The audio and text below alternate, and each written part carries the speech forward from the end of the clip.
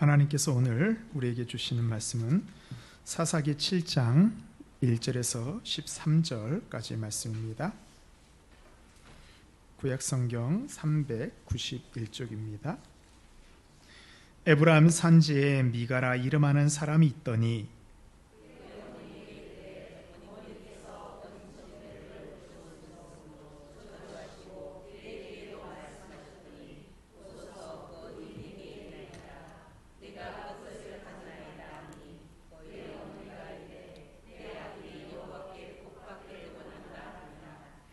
미가가 은천백을 그의 어머니에게 도로 주매 그의 어머니가 이르되 내가 내 아들을 위하여 한 신상을 새기며 한 신상을 부어 만들기 위해 내 손에서 이 은을 여호와께 거룩히 드리노라. 그러므로 내가 이제 이 은을 내게 도로 주리라.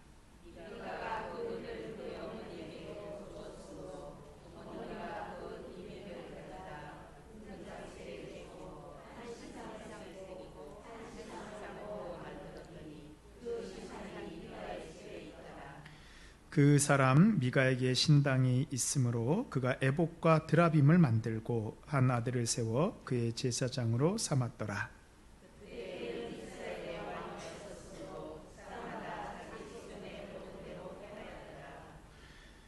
유다 가족에 속한 유다 베들레헴에 한 청년이 있었으니 그는 레위인으로서 거기서 거류하였더라.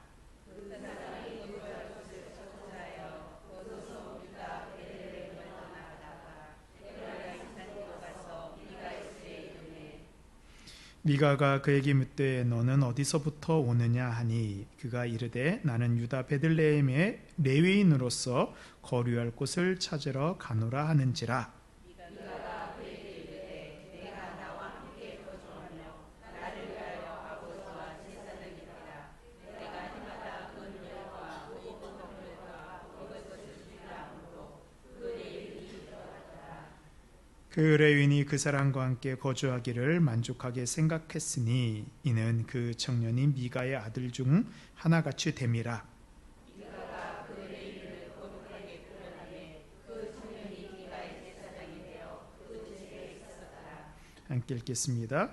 이에 미가가 이르되 레위인이 내 제사장이 되었으니 이제 여호와께서 내게 복 주실 줄을 아노라 하니라. 아멘. 이것은 하나님의 말씀입니다.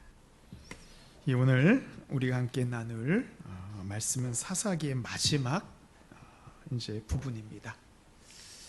그래서 우리가 흔들리는 세상 속에서 어떻게 승리하는 믿음을 가질 것인가 우리가 함께 생각하고 있는데요. 말씀을 준비하고 말씀을 들으면서 똑같이 느끼는 감정이 있을 거예요.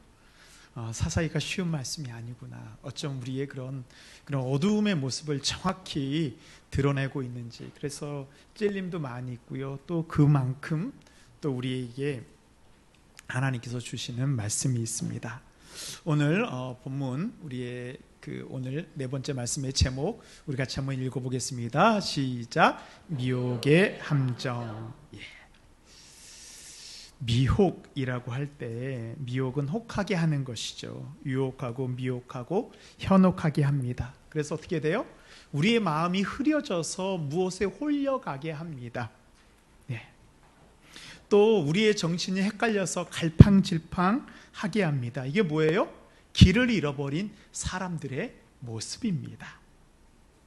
그래서 미혹의 함정에 빠지게 되면요, 우리의 마음이 어지럽게 되고 혼란스럽게 됩니다. 이 사사시대의 혼란의 모습이 바로 길을 잃어버린 신앙인의 모습이잖아요.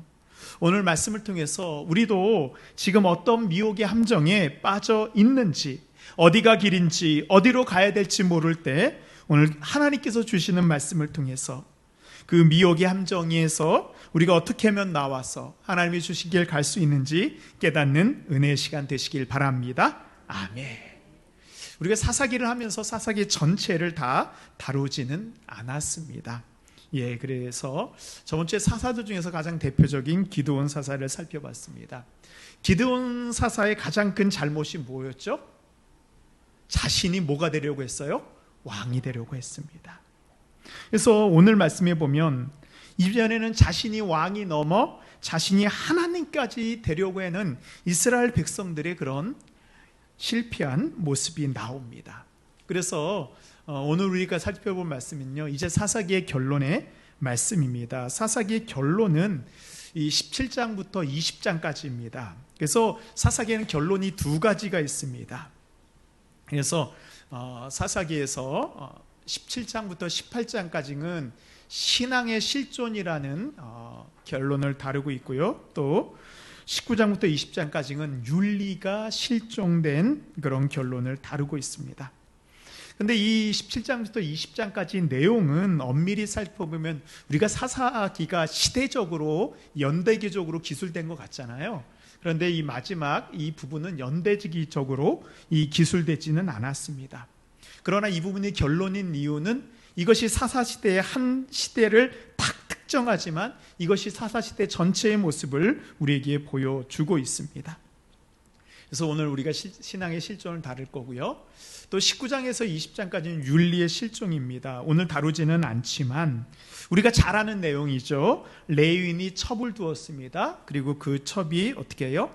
사람들한테 윤관을 당해서 죽는 일이 일어나게 됩니다. 레위인이 누구예요? 거룩한 하나님의 직분을 감당하는 사람이잖아요. 레위인이 첩을 뒀다는 그 이유만, 그 내용만 봐더라도 이 시대가 얼마나 타락한 시대인지 우리는 알 수 있습니다. 이 사사시대의 이 두 가지 결론을 제가 말씀드렸어요. 신앙이 실종됐고 윤리가 실종됐다. 왜 이런 두 가지를 다 잃어버렸을까요? 어떤 일에부터 이런 일들이 일어났을까요?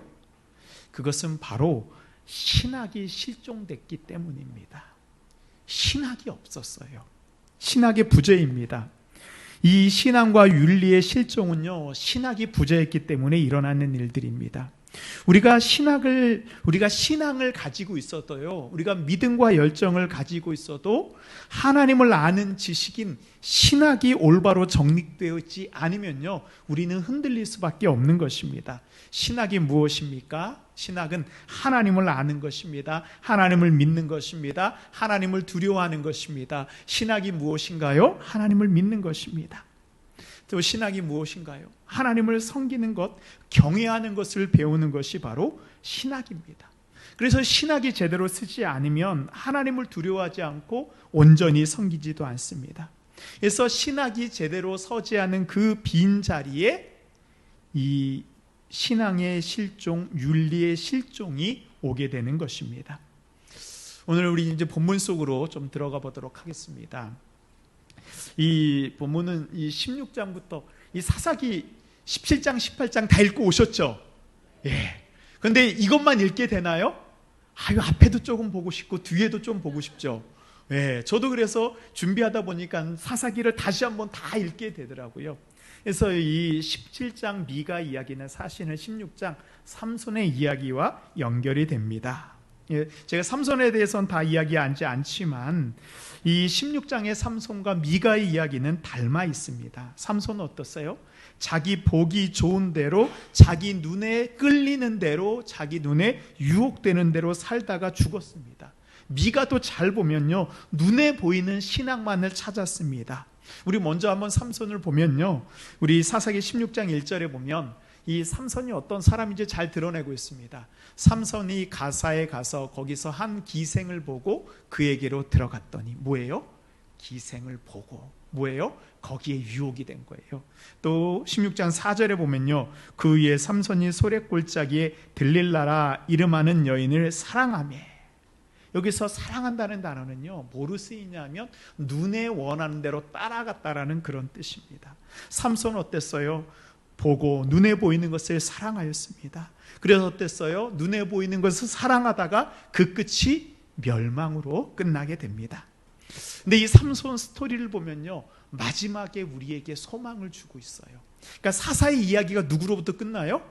그러니까 17장부터 20장까지는 사사의 이야기가 아닙니다. 그냥 결론이에요. 그러니까 사사의 이야기의 끝은 삼손으로 끝납니다.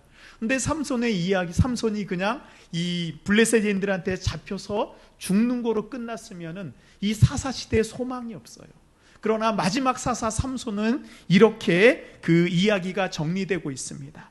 삼손의 스토리의 마지막에 소망이 있습니다. 16장 28절 보면 삼손이 여호와께 부르짖어 이르되 주 여호와여 구하옵나니 나를 생각하옵소서. 하나님이여 구하옵나니 이번만 나를 강하게 하사 나의 두 눈을 뺀 블레셋 사람에게 원수를 단번에 갖게 하옵소서 하고, 삼손이 마지막에 어떻게 해요? 하나님께 부르짖고 하나님께 구하였습니다.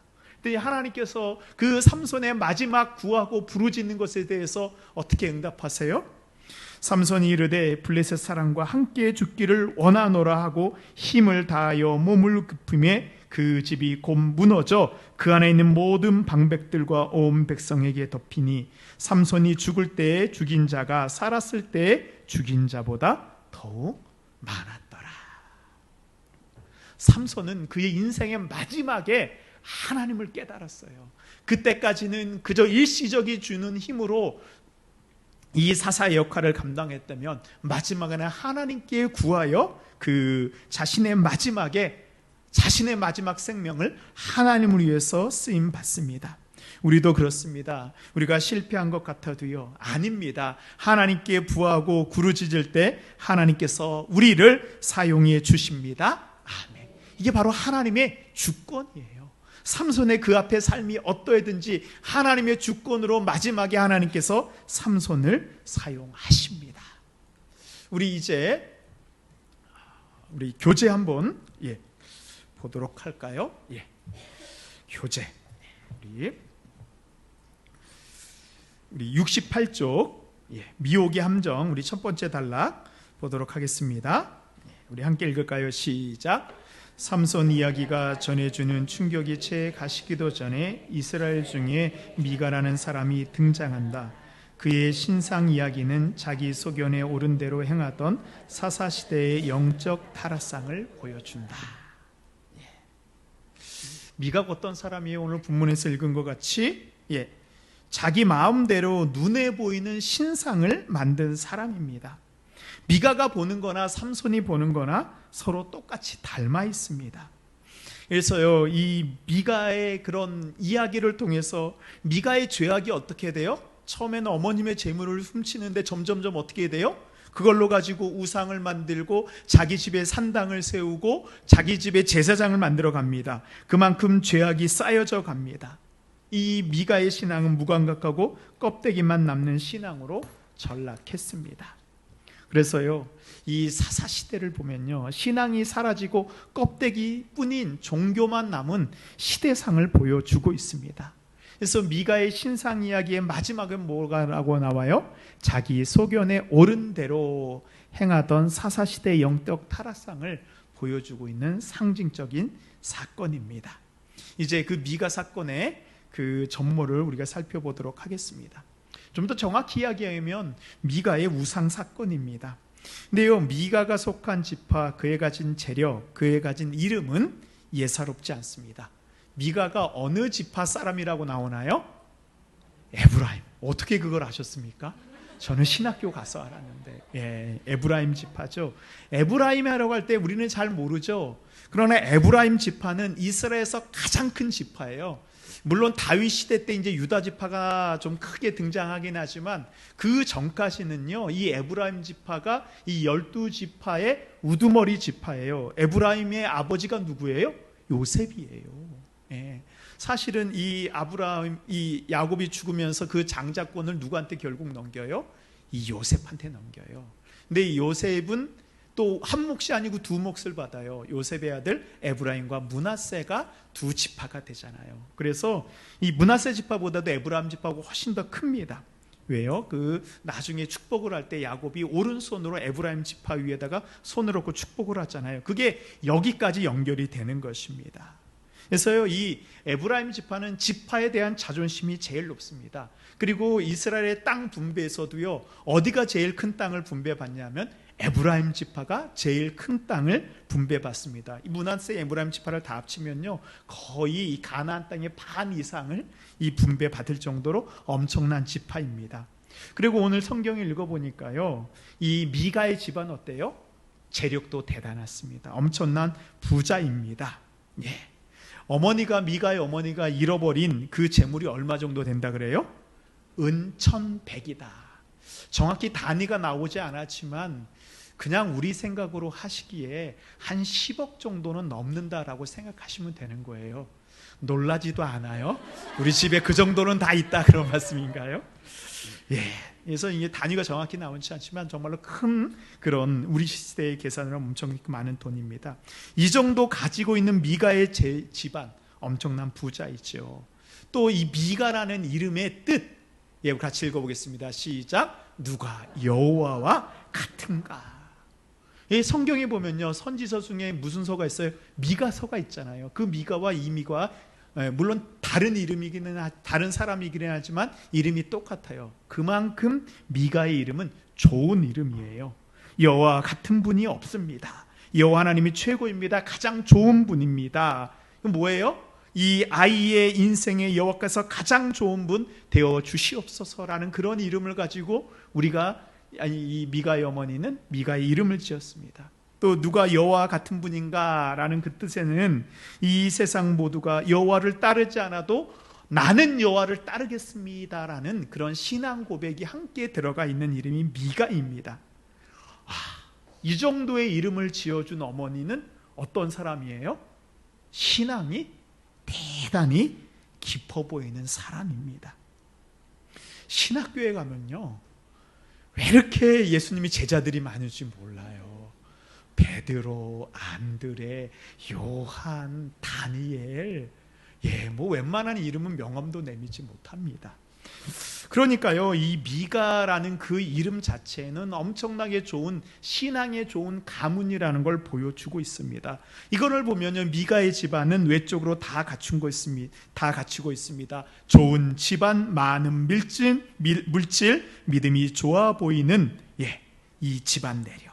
근데요, 이 미가의 사건을 통하여서 그 내적 신앙의 모습을 낱낱이 보여주는 한 사건이 일어나 보입니다. 외적으로는 완벽해 보이지만 그들의 신앙의 바닥을 다 드러내고 있습니다. 미가의 어머니가 은 1,100을 잃어버렸습니다. 근데 이거 누가 훔쳤나요? 아들 미가가 훔쳤습니다. 근데 어때요? 어머니는 설마 내 아들이 훔쳐갔으랴 생각하면서 어떻게 해요? 자신의 재물을 훔쳐간 사람을 저주합니다. 구약 성경에서 저주한다는 것은 그냥 망하라라는 그 정도가 아니고요, 신의 이름으로 저주하는 거예요. 그 당시에 신의 이름으로 저주하면 꼭 이루어진다고 생각했거든요. 그 미가의 어머니가 여호와 신앙이 있었으니까 뭐예요? 여호와의 이름으로 그 사람을 저주한 거예요. 우리 사사기 오늘 읽은 말씀 2절 보도록 하겠습니다. 자, 우리 함께 읽겠습니다. 시작. 그의 어머니가 이르되 어머니께서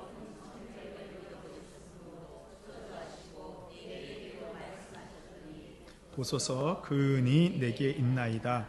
내가 그것을 가졌나이다 하니 그의 어머니가 이르되 내 아들이 여호와께 복받기를 원하노라 하니라. 아멘. 이제 여기서부터 우리가 헷갈려요. 저도 이게 처음에 미가서 이 사사기 17장을 읽을 때 지금 이게 제대로 가는 건지 안 제대로 가는 건지 헷갈리지 않으셔요? 왜? 막 거룩한 제사장, 여호와의 복, 막 이런 거 얘기를 듣다 보면 이게 지금 제대로 되는 건지 아니면 잘못된 길을 가는 건지 헷갈립니다. 미가의 어머니는 자식의 이름에 여호와를 넣을 만큼 신앙이 있었지만 어때요? 자신의 재물을 잃어버리자 뭐하요? 분노하고 신의 이름, 여호와의 이름으로 저주합니다. 근데 그 어머니의 저주의 이야기를 듣고 미가가 두려워서 실토를 합니다. 왜 실토해요? 미가의 자신의 어머니가 한 저주가 자신한테 임할까봐 그게 두려워서 어머니의 저주 앞에서 자백을 합니다. 여기에 처음부터 문제가 있어요. 아들이 누구의 돈을 훔쳐가고 있어요? 어머니의 돈을 훔쳐가는 시대입니다. 10계명에 비추어 보면은 내 부모를 공경하라 5계명을 어겼습니다. 도둑질하지 말라 8계명을 어겼습니다. 탐내지 말라 10계명을 어겼습니다. 3개의 계명을 어겼습니다. 미가는 계명을 무시하고 너무나도 쉽게 어기는데 지금 뭘 두려워하고 있어요? 저주는 두려워합니다. 계명은 무시하고 저주는 두려워하는 이중적인 신앙의 모습입니다. 미가의 모습은 말씀을 가벼이 여기는데 말씀에 대한 심판을 두려워하는 우리의 모습과 닮아 있습니다. 우리도 그렇잖아요. 말씀은 제대로 지키지 않으면서 어떤 일, 나쁜 일이 생길까 봐 우리는 두려워합니다. 근데요, 미가보다 더 놀라운 것은 이 어머니의 반응입니다. 미가의 어머니는 미가를 훈계하지도 않습니다. 나무라지도 않습니다. 슬퍼하지도 않습니다. 어머니께서 도둑질했는데도 가슴 아파하지도 않아요. 그리고 어때요? 아들에 대해서 잘못에 대한 훈계가 없습니다. 징계도 없습니다. 잘못에 대한 책망이 하나도 나오지 않아요. 뭐예요? 그릇된 자식 사랑입니다. 도리어 아들에게 저주가 임할까 봐 서둘러 저주를 뭐로 바꿔요? 복받기를 원하노라 축복으로 바꿔버려요. 3절 말씀입니다. 미가가 은천백을 그의 어머니에게 도로 주매 그의 어머니가 이르되 내가 내 아들을 위하여 한 신상을 새기며 한 신상을 부어 만들기 위해 내 손에서 이 은을 여호와께 거룩히 드리노라. 그러므로 내가 이제 이 은을 내게 도로 주리라. 이 은을 여호와께 거룩히 드리라. 이게 거룩한, 이게 드림인가요? 아니잖아요. 지금 어머니의 관심이 온통 어디에 쏠려 있어요? 아들이 복받고 아들이 잘 살고 번영하는 데만 관심이 있어요. 복에만 관심이 있습니다. 그리고 관심이 없는 것이 있습니다. 아들 미가가 자기의 이름대로 여호와를 따라 살게 하는 데는 관심이 없어요. 아들의 변화에는 관심이 없습니다. 자신이 이루었던 부를 아들이 이어가는 데에만 관심이 있어요. 아들의 성공과 번영만 생각하고 있습니다. 이 장면을 보면서 우리는 혹시 어떤 종교가 떠오르나요? 우리가 두 번째 시간에 다뤘던 바알 종교가 떠오르지 않나요? 이게 바알 종교의 특징이에요. 어떤 것이든지 상관없습니다. 그냥 복만 주면 되는 거예요. 지금 미가의 집안은 어때요? 겉으로는 여호와의 신앙이라고 외적으로는 가지고 있지만 그 안에 있는 속 모양은 뭐예요? 가나안 땅에 있는 바알 종교와 하나도 다르지 않습니다. 이들은 껍데기만 가지고 있는 신앙을 가지고 있습니까? 껍데기만 남아 있어요. 이들이 잃어버린 것은 돈이 아니고 재물이 아닙니다. 신앙을 잃어버린 모습입니다. 참된 신앙을 잃어버린 자리에는 뭐만 남아요? 이기적이고 기복주의적인 맹신만 남아 있습니다. 징계하고 변화시켜야 되잖아요. 그런데 도리어 뭐하고 있어요? 복을 빌어주고 있어요. 빗나간 자기 사랑과 빗나간 자식 사랑만 여기서 보이고 있습니다. 이게 뭐예요? 껍데기 종교죠. 우리 성도 여러분, 이 복음하고요, 이 종교는, 이 신앙은요, 종이 한 장 차이예요. 나는 종교 생활하면서 신앙 생활한다고 착각하는 사람들이 많이 있습니다. 종교 생활하면서 내가 복음 안에 있다고 생각합니다. 믿음은요, 복음은요, 주어가 누가 돼야 돼요? 하나님이 주어가 돼야 됩니다. 내 종교에서는 주어가 누구예요? 내가 주어예요. 내가 주인이 되어 있습니다. 그래서 우리가요, 기도할 때 내 기도에 주어를 잘 살펴보십시오. 우리가 부르기는 하나님을 부르지만 주어에는 내가, 내 가족이, 내가 하는 일이, 그러면 이게요, 우리가 어쩌면 종교 생활을 하고 있는지 몰라요.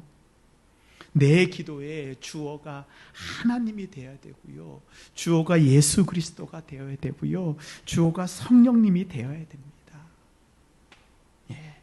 그럼 우리는 제대로 신앙생활을 하고 있는 것입니다. 이제 미가는 어머니의 말대로 신상을 만듭니다. 4절입니다. 미가가 그 은을 그의 어머니에게 도로 주었으므로 어머니가 그 은 200을 가져다 은장색에게 주어 한 신상을 새기고 한 신상을 부어 만들었더니 그 신상이 미가의 집에 있더라. 그 사람 미가에게 신당이 있으므로 그가 에봇과 드라빔을 만들고 한 아들을 세워 그의 제사장으로 삼았더라. 이 에봇은 이 제사장들이 입는 이 옷을 얘기해요. 그래서 이 안에 판결 흉패가 들어가 있는 그 옷입니다. 드라빔은 뭐예요? 드라빔은 우상을 얘기하는 거예요. 그리고 어디까지예요? 한 아들을 세워 그의 제사장으로 삼아요. 미가는 이제 신상도 만들었습니다. 에봇도 만들었습니다. 이 드라빔, 아마 제가 보기에는 이게 이제 신상 같아요. 예, 이것도 만들었어요. 근데 이제 뭐가 없어요? 제사장이 없어요. 그래서 어떻게 하나요?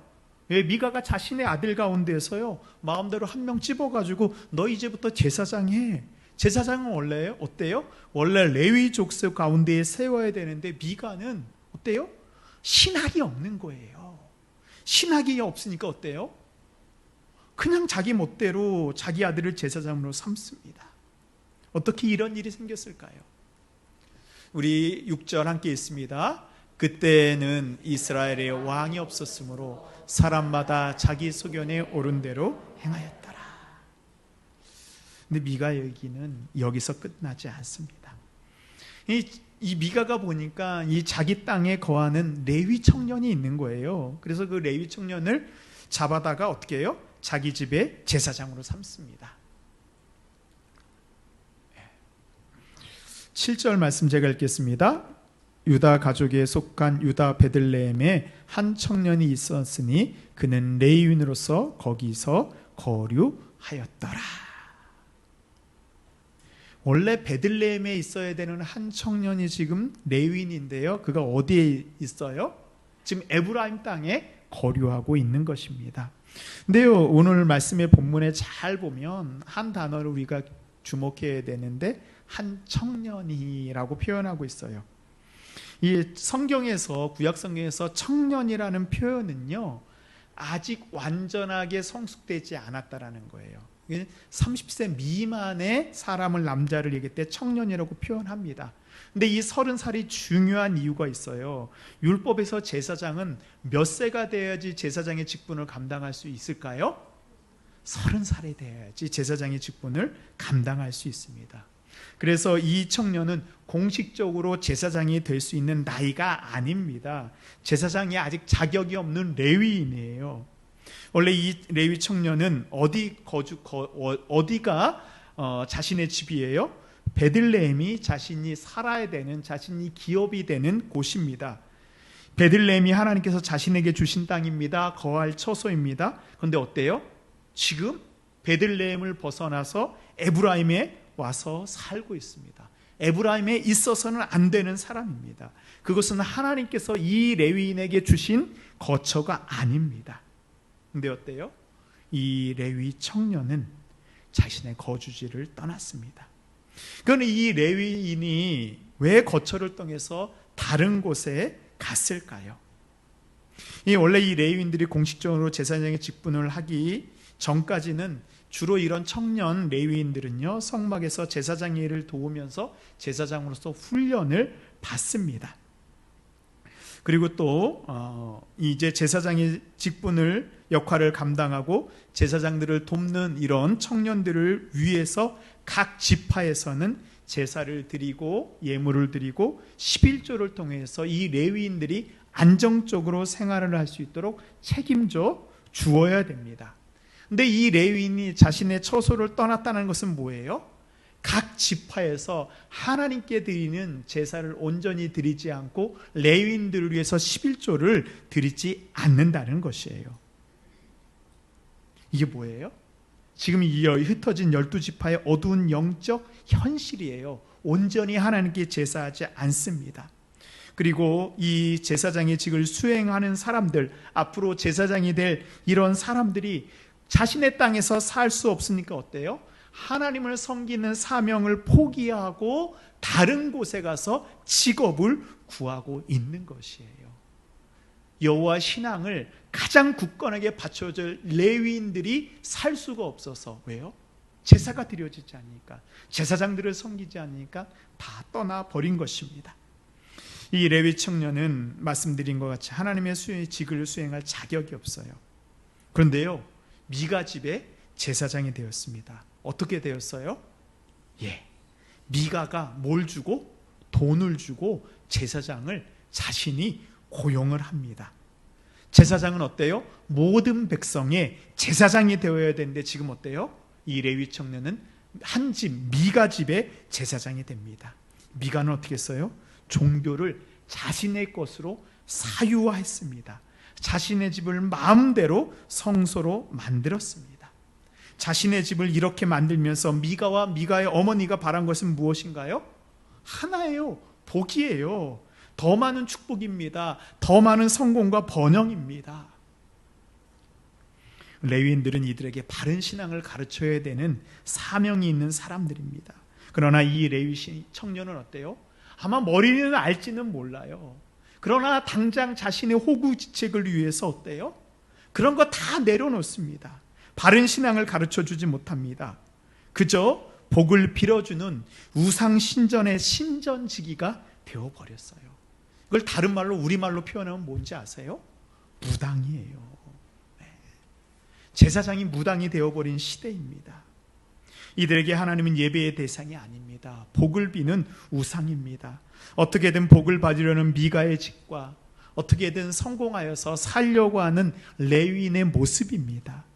이것이 요즘 우리의 자화상입니다. 종교의 기복화입니다. 그래서 이 어머니의 눈먼 사랑, 미가의 눈먼 신앙이 종교의 사유화와 종교의 기복화를 가져왔습니다. 이 종교는 사유화되어서는 안 됩니다. 우리의 신앙이 사유화되어서는 안 돼요. 교회가, 우리 목사가 나의 복을 위해서 존재한다고 생각하면요, 그게 바로 종교의 사유화입니다. 그리고 우리가 신앙을 사유화해서는 안 됩니다. 내 이익을 위해서, 내가 복받기 위해서 신앙을 가지게 되면요, 또한 그게 바로 종교의 기복하고 신앙의 기복화입니다. 뭐예요? 마지막 끝이에요. 그 마지막엔 하나님의 심판입니다. 저도 말씀을 준비하면서 사실은 쉽지 않은 말씀이었습니다. 저를 보게 되는 말씀입니다. 저는 어쩜 목회자인가? 하나님 말씀을 바로 선포하고 하나님의 심판의 두려움을 깨닫게 해주고 있는가? 아니면 이 레위 청년과 같이 사람들의 입맛에 맞춘 설교를 하고 있지는 않은가? 죄에 대해서 지적하고 돌이키고 회개해야 되는데 그 죄를 눈감아 주지는 않는가? 그렇습니다. 이 사람들의 귀를 즐겁게 해주는 설교는요, 사실은 우리를 망하게 하는 설교입니다. 우리의 마음에 찔림이 있고 우리를 하나님의 말씀 앞에 세우는 설교가요, 참된 설교이고 참된 목회자임을 믿으시기 바랍니다. 아멘. 교회는 하나님께 예배하기 위해서 있는 곳입니다. 이 목회자는요, 하나님의 말씀을 선포하기 위해서 있는 사람들입니다. 성도 여러분, 이 흔들리는 세상 속에서, 종교의 사유와 종교의 기복하게 되는 세상 속에서 우리는 올바른 신학을, 올바른 신앙을 가져야 돼요. 하나님을 아는 지식이 있어야 됩니다. 왜 우리가 하나님에 대해서 배웁니까? 아니, 그냥 주님 복 주십시오, 주님 이루어 주십시오 하면은 다 되는 거 아니에요? 아닙니다. 하나님을 두려워하고 하나님을 온전히 예배드릴 때 우리가요, 이 흔들리는 세상 속에서 넘어지지 않고 승리할 수 있는 그런 신앙을 가질 수 있습니다. 아멘. 우리 교재 좀 내용 보도록 하겠습니다. 교재 두 번째 단락. 자, 우리 함께 읽을까요? 시작. 아들이 훔친 돈으로 어머니는 아들을 위해 은신상을 만들고 지나가던 레위인을 붙잡아 제사장으로 삼는다. 종교의 기복화 사유하다.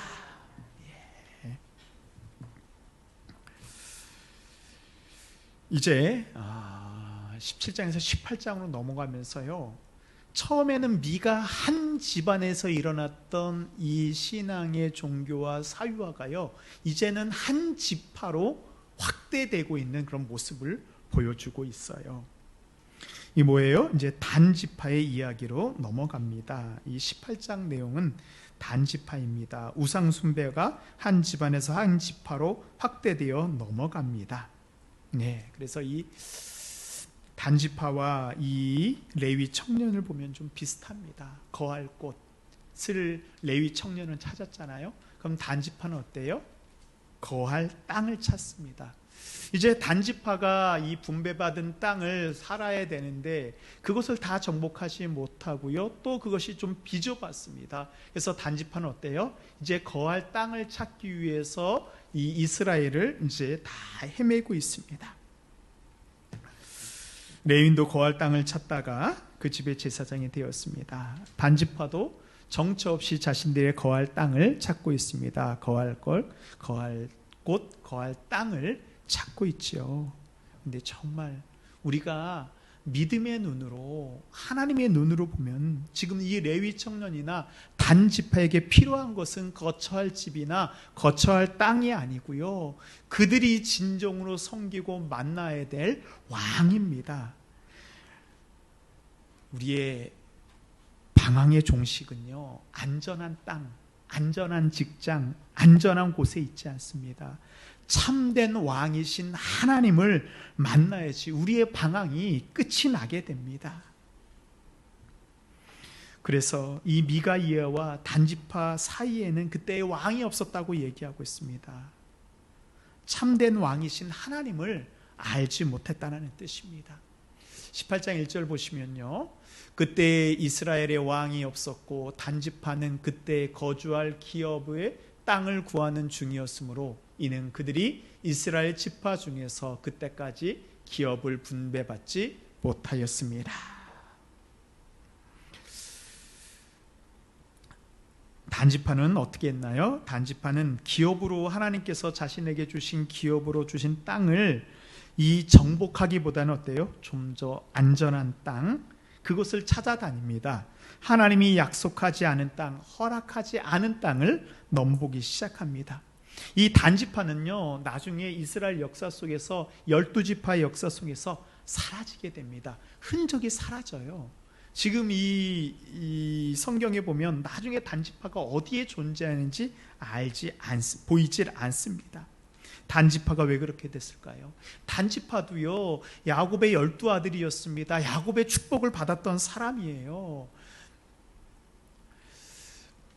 그래서 일곱째로 단지파의 단자손의 지파를 위해서 그들의 가족대로 제비를 뽑았으니 그들의 기업의 지역은 소라와 에스다올과 이르세메스와, 원래 단지파도요 기업을 이렇게 분배받았어요. 근데 우리가 여호수아를 통해서 알고 있잖아요. 기업을 분배할 때, 땅을 분배할 때 다 정복하고 분배해 줬나요? 아니잖아요. 우리를 치면 지도에다가 이렇게 그려놓고 여기 너희 땅이야, 너희가 가서 정복해, 너희가 가서 이곳에서 하나님의 나라를 세워라고 해서 그 지파에게 그 땅을 그냥 주는 거예요, 믿음으로. 그래서 가서 정복해야 되는데 단지파가 어때요? 그것을 감당하지 않은 거예요. 하나님과 함께 하심을 신뢰하지 못한 것입니다. 주신 땅을 정복하여 그 땅을 다스려야 되는데 어떻게 해요? 단지파는 그것을 포기합니다. 그 결과 약속의 땅에서 쫓겨나서 다른 땅을 기웃기웃 거리게 됩니다. 우리도 마찬가지입니다. 하나님이 우리에게 주신 그 약속의 땅, 믿음의 땅이 분명히 있습니다. 우리가 그것을 차지하기 위해서 믿음을 가지고 나아가야 됩니다. 아무리 힘들고 어려워도 포기하시면 안 됩니다. 여호와 하나님이 그것을 나에게 약속으로 줬다는 것을 믿음으로 우리가 확신하고 하나님께서 주신 그 기업을, 주신 땅을 믿음으로 차지할 때 바로 그것이 하나님의 우리에게 주신 복이요 축복이 되는 것을 믿으시기 바랍니다. 아멘.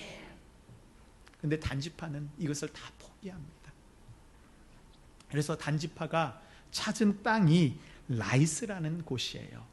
근데 이제 이 18장에 보면 라이스는 다른 지역하고 좀 고립되어 있어요. 그래서 라이스에 있는 사람들은 자기네끼리 살아갑니다.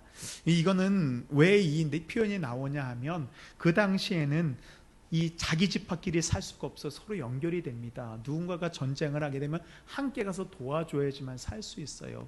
근데 라이스는 그렇지가 않습니다. 다른 지역부터 거리가 떨어져 있고 자기네끼리 살고 있었습니다. 평온한 마을입니다. 그러니까 단지파가 보기에 어떠해요? 우리가 라이스 땅을 공격하고 우리가 차지하려고 할 때 라이스 사람들을 도와줄 주변에 있는 지파가 없는 거예요. 주변에 있는 민족들이 없는 거예요. 그걸 어때요? 그냥 라이스만 자신이 가서 차지하면 되는 거예요. 손쉬운 땅을 이들은 원한 것입니다. 그래서 어떻게 해요? 무력으로 그 라이스 땅을 점령합니다. 그래서 그 라이스에 있는 모든 사람들을 다 전멸을 합니다. 하나님께서 주신 땅이 아닌데 단지파 멋대로 뭐예요? 살인을 하는 거죠. 남의 땅을 탐을 낸 것입니다. 지금 단지파도 똑같아요.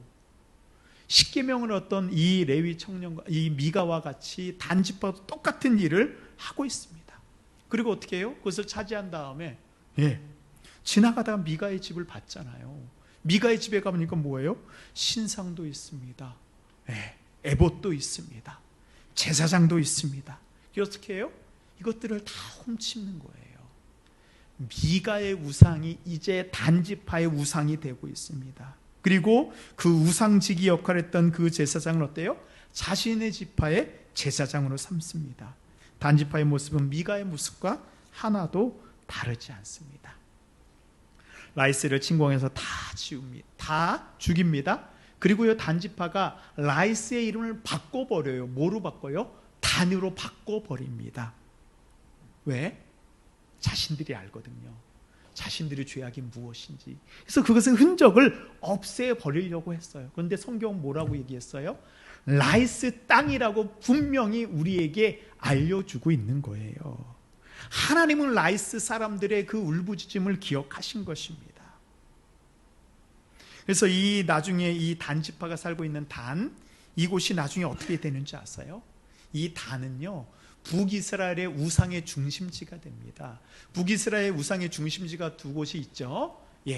베델과 단이에요. 베델은 이 북이스라엘 아래고요, 단은 북이스라엘 맨 끝을 의미합니다. 그래서 아래서부터 위에까지 우상이 다 가득해져야 되는 표현이고요. 특별히 이 베델과 단에는요, 이 많은 우상들이 이제 있게 되는데요. 그 시초가 바로 이 단지파의 우상으로부터 시작됩니다. 단지파를 통하여서 이스라엘 전체가 배교의 길을 걷게 됩니다. 하나님을 배신하는 길을 걷게 됩니다. 나중에요, 남유다 시절 때 이 요시야 왕이 개혁을 할 때요, 어디까지 올라가서 개혁을 하냐 하면 단에까지 올라가서 우상을 다 회파했다고 나옵니다. 왜? 그만큼 단이 우상의 소굴이 되어버렸습니다. 이스라엘의 한 거룩한 지파의 그 중심이 우상의 중심이 되어버렸어요. 그 죄가 여전히 그 땅에 흐르고 있습니다. 그래서 이 단, 그 지파의 이름의 뜻이 있어요. 뭐예요? 심판이에요. 단의 이름의 뜻은 심판입니다. 무엇을 보여주고 있어요? 성경은요, 탐욕의 끝, 욕심의 끝이 심판이라는 것을 그 이름을 통해서 우리에게 보여주고 있습니다. 하나님께서 주신 땅을 정복하기보다는 자신의 마음대로 자신의 악행을 버린 것에 대한 하나님의 마지막의 심판입니다. 그런데 어때요? 단지파는 마지막까지 자신들이 한 일을 하나님의 이로 미화를 합니다. 그것을 채색해요. 근데 그것을 색깔을 칠해줄 한 사람이 필요했어요. 뭐예요? 제사장인 거예요. 이것을 여호와의 이름으로 축복해 줄 한 사람이 필요했습니다. 그래서 단지파의 모든 악행이 하나님의 뜻이라고 편들어주는 사람이 나옵니다. 그 사람이 누구예요? 바로 미가의 집에 고용되어 있던 레위 청년이 뭐예요? 단지파의 제사장이 되어서 단지파를 위해서 축복해 주는 거예요. 당신들이 정복한 라이스 땅은 하나님께서 당신들에게 주신 거룩한 땅이다. 이 땅에서 하나님이 주신 복을 받으라. 그리고 그들을 위해서 제사를 드려줬잖아요. 근데 나중에요, 이 레위 청년의 정체가 밝혀지게 됩니다. 사사기 18장 30절 말씀 우리 함께 보도록 하겠습니다. 시작. 단 자손이 자기들을 위하여 그 새긴 신상을 세웠고 모세의 손자요 게르솜의 아들인 요나단과 그의 자손은 단 지파의 제사장이 되어 그 땅 백성이 사로잡히는 날까지 이르렀더라. 그 땅 백성이 사로잡히는 날은 이게 이제 북이스라엘의 멸망을 얘기하는 거예요. 그런데 이 레위 청년이 누구예요? 모세의 손자예요. 모세가 누구예요? 이스라엘 백성을 구원해낸 가장 위대한, 성경에서 가장 위대한 선지자잖아요. 모세의 손자 게르솜의 아들 요나단이다 라고 밝히고 있습니다.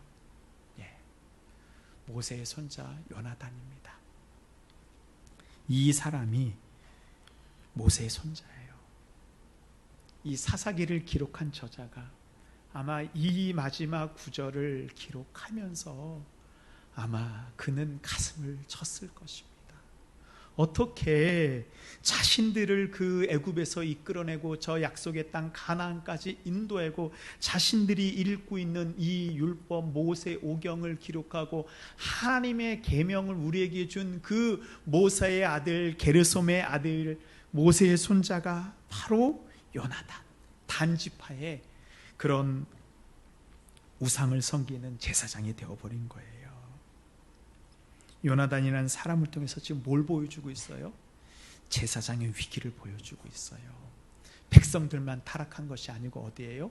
종교 지도자까지, 가장 믿을 수 있다고 생각하는 그 지도자까지 다 타락한 것, 이 제사장의 위기를 보여주고 있습니다.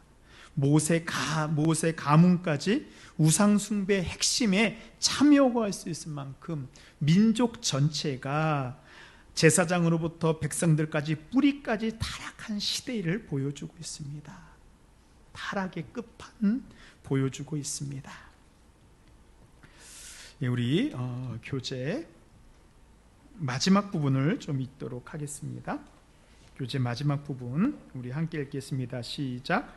우상 숭배가 한 가정에서 한 지파로 확장된다. 단지파는 기업으로 받은 땅을 되찾기보다는 좀 더 안전한 땅을 넘보다가 평화로운 마을을 침공한다. 그리고 그것에 신상을 세우고 미가의 제사장을 단지파의 제사장으로 삼는다. 그 모든 악행을 하나님의 뜻으로 변조하고 축복을 빌어준 사람은 모세의 손자였다. 더 타락한 시대였다. 요나단이, 이 레위 청년이 신앙을 실종한 제사장이라면 이 하나님의 종이 이 시대의 마지막 신앙의 보루가 되어야 됩니다. 하나님의 빛을 이 세상에 비추어 이 썩어져가는 세상을 변화시키는 마지막 순교자가 되어야 되는데 그것을 다 포기했습니다. 오늘 마지막 이 제목을 제가 미혹의 함정이라고 말씀드렸습니다. 이 미혹과 혼돈의 시대는요 지금까지 계속되고 있습니다. 제가 누구 처음에 말씀을 준비하면서는 누구의 얘기도 들고 누구의 예도 들까 하다가 그는 의미가 없을 것 같아서, 그러나 이 사사시대와 지금 시대는 다르지 않습니다. 이대로 멸망할 것 같습니다. 그런데요 제가 이 말씀을 준비하면서 마지막으로 이 라이스 이 단지파가 있었던 그곳에 대해서 다시 한번 묵상을 했어요.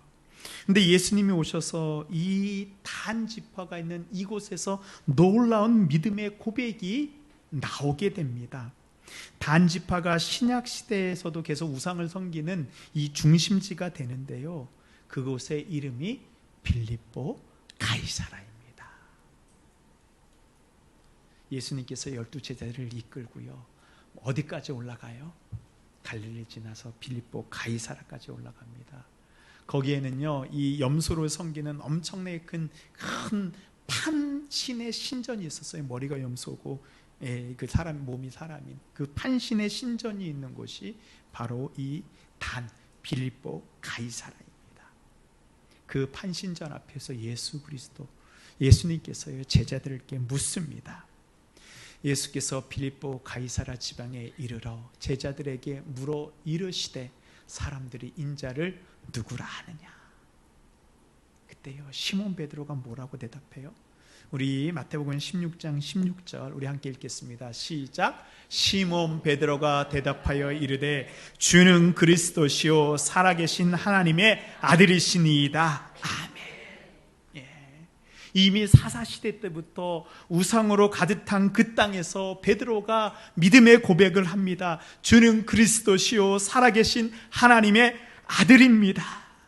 우리도 마찬가지입니다. 이 미혹과 혼돈의 시대에 이 미가의 지방 같고 이 단지판 같은 신앙을 잃어버리고 흔들리는 이 세대 속에서 우리가 이 세대 속에서 어떤 신앙 고백을 올려드려야지 우리가 살아갈 수 있을까요? 예수 그리스도를 주로 삼아 살아계신 하나님의 이름을 선포하는 믿음의 사람이 되어야 됩니다. 주는 나의 그리스도시요 주는 나의 구원자이십니다.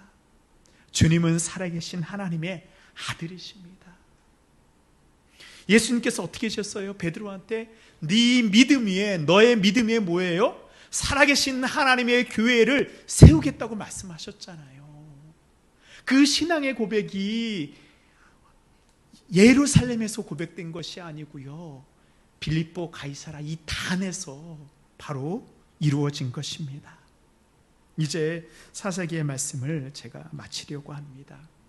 우리가 흔들리는 세상 속에서 우리를 하나님께서는 이 시대에 하나님의 빛으로 밝히는 거룩한 제사장으로 우리를 불러주셨습니다.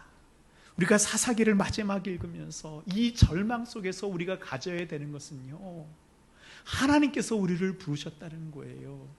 이 흔들리고 미혹의 시대에, 우상의 시대에 교회마저도 이것이 교회인지 하나님께 예배하는 곳인지 이것을 혼돈하게 만드는 세대 속에서 우리가 어떻게 살아가야 될 것인가, 바로 하나님의 거룩한 제사장으로 우리를 부르신 것입니다. 우리 베드로전서 2장 9절 말씀 우리 함께 읽도록 하겠습니다. 시작. 그러나 너희는 택하신 족속이요 왕같은 제사장들이요 거룩한 나라요 그의 소유가 된 백성이니 이는 너희를 어두운 데서 불러내어 그의 기이한 빛에 들어가 계신 이의 아름다운 덕을 선포하게 하려 하심이라. 아멘. 그렇습니다. 우리는 뭐라고요? 하나님께서 택하신 족속이요 왕같은 제사장입니다. 네. 하나님을 왕으로 섬길 때요, 하나님께서 우리를 왕같은 제사장으로 불러주셨습니다. 거룩한 나라입니다. 하나님의 소유가 된 백성입니다. 왜 하나님께서 우리를 이렇게 불러주셨을까요? 우리를 통해서 이 어지러운 세상 속에서 예수 그리스도의 빛을, 그의 기이한 빛을 밝혀서 죽어가는 사람들을 살리고 신앙을 잃어버린 사람들을 다시 주님 앞으로 인도하고 죽을 수밖에 없는 죄로 인해 지옥으로 갈 수밖에 갈 수 없는 그들을 다시 주님께로 인도하고 넘어지는 교회를 다시 세우는 거룩한 제사장으로 하나님이 우리를 불러 주셨습니다. 제가 사사기의 말씀을 마지막으로 정리하는데요, 너무 힘이 드는 거예요. 사사기의 결론은 절망이었습니다. 빛이 없었습니다. 그런데 기도하는 가운데 하나님께서 이 말씀을 주시더라고요. 빌립보 가이사라에 그 믿음의 고백을 한 베드로를 보여주시고 우리를 그 거룩한 제사장으로 불러주셨다는 것입니다. 사랑하는 성도 여러분, 우리의 존재를 절대로 잃어버려서는 안 됩니다. 흔들리는 세상 속에서 우리가 승리하기 위해서는 우리에게 올바른 신앙 고백이 있어야 됩니다. 그리고 우리의 신분의 정체성을 정확히 알아야 돼요. 레위 청년과 같이요, 여기저기 흔들리고 팔려다니는 그런 사람이 아니고 하나님 부르신 거룩한 제사장으로 주님의 그 빛을 바라고 이 땅을 변화시키는 하나님의 나라가 임하게 하는 우리 모든 거룩한 제사장 되는 우리 모든 성도님들 되시기를 바랍니다. 아멘. 예, 이제 한번 정리해 보도록 하겠습니다. 예. 처음에는 어떻게 시작돼요? 하나님의 약속을 떠나는 배악의 길로 시작합니다. 그러나 그것이 더 죄가 어둠이 깊어지게 되면 어디로 가요? 무속의 길로 갑니다. 신앙의 길이 아니고요, 무속의 길로 가요. 교회를 다니지만 점집 다닌 것과 똑같아집니다. 그 다음에 어떻게 가요? 약탈의 길로 갑니다. 내 것이 아니고 다른 사람의 것을 내가 취하려고 해요. 세상 사람들과 똑같아집니다. 나의 이익을 위해서는 다른 사람을 짓밟으려고 하는 거예요. 이게 약탈이에요. 그 마지막이 뭐예요? 심판의 길로 끝나게 됩니다. 단지파의 마지막 모습을 통해서 우리에게 그것을 보여주고 있습니다. 우리는 이 길을 가서는 안 됩니다. 우리는 베드로의 길을 가야 됩니다. 그 우상 앞에서 온전한 신앙 고백을 하고 거룩한 제사장의 길을 가는 우리 모든 성도님들 되시기를 바랍니다. 아멘.